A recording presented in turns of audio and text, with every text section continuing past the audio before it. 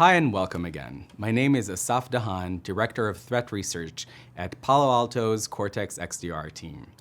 Today I have the pleasure of hosting Lior Rochberger, one of our senior researchers in the team.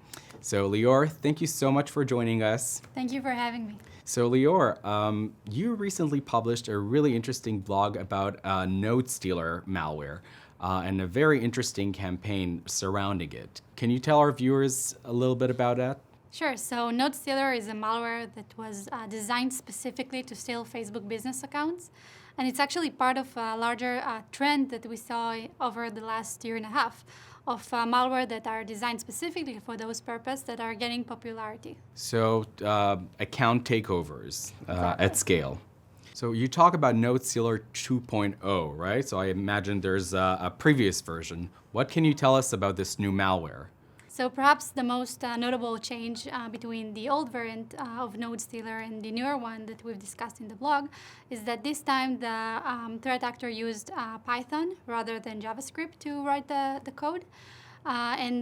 Moreover, they also equipped this new variant with additional capabilities, for example, to download additional malware or to exfiltrate data using Telegram, and to do much more than that.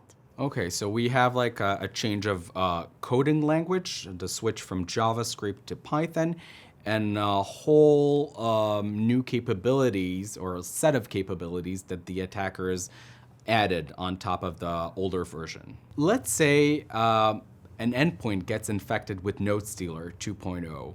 What are the risks? So Node Stealer, once it takes over the Facebook business account, it's also able to not only access sensitive information that is associated with those accounts, but to also steal the currency balance that is used to advertisement that's stored in those accounts. So there is the financial loss or financial issue that can be caused by that to both individuals or organization that is using those accounts.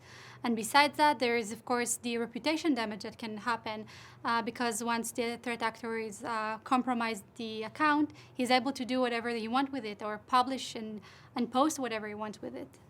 Yeah, I guess it's kind of a bit of a company's nightmare to have their accounts taken over and then like people can just post things or put fraudulent content there, blackmail them. So yeah, it poses a great risk for companies and small businesses as well. What can you tell us about the threat actor? So who's behind this campaign? We suspect that the threat actor behind this malware has Vietnamese roots.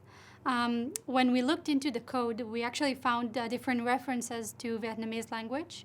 And in addition to that, the malware also targets specific browser that is mainly used in Vietnam. And all of that is also backed by meta-analysis of the older variant of Node Stealer, which they also suspected that this threat actor has Vietnamese roots. Okay, so we have several points or reference points that point to Vietnamese threat actor involvement.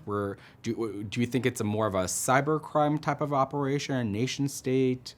Because of the motivation behind it, we believe that it's more of a cybercrime threat actor, but it's not very clear at this point.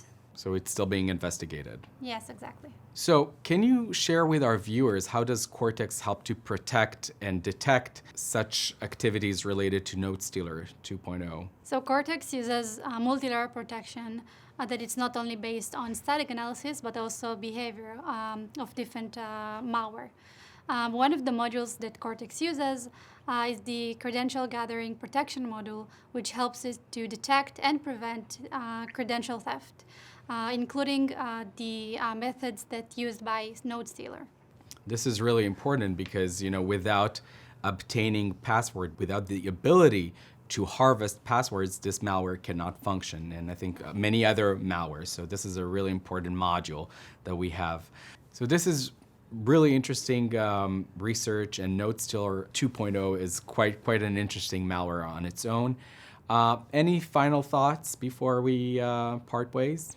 I think it's important to let the viewers know that those kind of threats exist out there. And especially now with the importance of social media in our life and the power that it has, it's very important to be aware of such threats.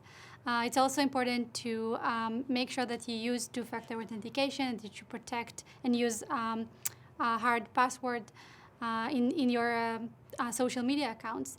And of course, to keep and maintain good security hygiene is also support and help you to secure your accounts. I think this is a really good point. I think especially MFA is crucial. Multi-factor authentication is crucial in preventing such account takeover attacks. So thank you so much for being here. I really love the research, and I hope our viewers will appreciate it too. So to our viewers, if you want to learn more about NodeStealer 2.0 and the associated campaigns that we've tracked leading to its infection, please visit our blog or click on the link below. Thank you so much.